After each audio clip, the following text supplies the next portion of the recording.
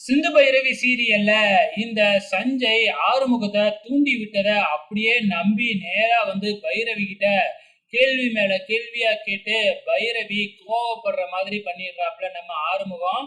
பணம் வாங்கினியான்னு கேட்டது மட்டும் இல்லாம சஞ்சய் பாத்தீங்கன்னா எனக்கும் பைரவிக்கும் தொடர்பு இருக்கு அப்படிங்கறத சொன்னாப்புல இல்லையா, அதையும் ஆறுமுகம் கேட்டுட்டாப்ல.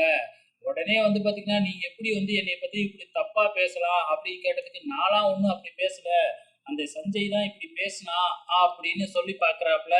ஆனா நம்ம பைரவி தான் முட்டாள்தனமா அந்த சஞ்சயே நம்புது இல்லையா, ஆறுமுகம் சொல்றத நம்பவே மாட்டேங்குது. இதுக்கப்புறம் அவன் கூட நான் வாழ மாட்டேன் அப்படின்னு சொல்லிட்டு அங்க இருந்து கிளம்பி அன்னபூர்ணி கிட்ட சொல்லிட்டு, இதுக்கப்புறம் பாத்தீங்கன்னா நான் உன் பிள்ளையோட வாழ மாட்டேன், என்னை பார்த்து ஆறுமுகம் இப்படியெல்லாம் கேள்வி கேட்கறான், எப்படி நீங்க சிந்துவுக்கும் சிவாவுக்கும் பாத்தீங்கன்னா கல்யாணம் செல்லாதுன்னு பிரிச்சு விட்டீங்களோ அதே மாதிரி எனக்கும் ஆறுமுகத்துக்கு பிரிச்சு விட்டுருங்க அப்படின்னு சொல்லிக்கிட்டு இருக்கு.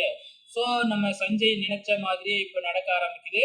எப்பதான் இந்த பைரவிக்கு சஞ்சயோட குணம் என்னன்னு தெரிய வருமோன்னு தெரியல, பொறுத்திருந்து பார்க்கலாம்.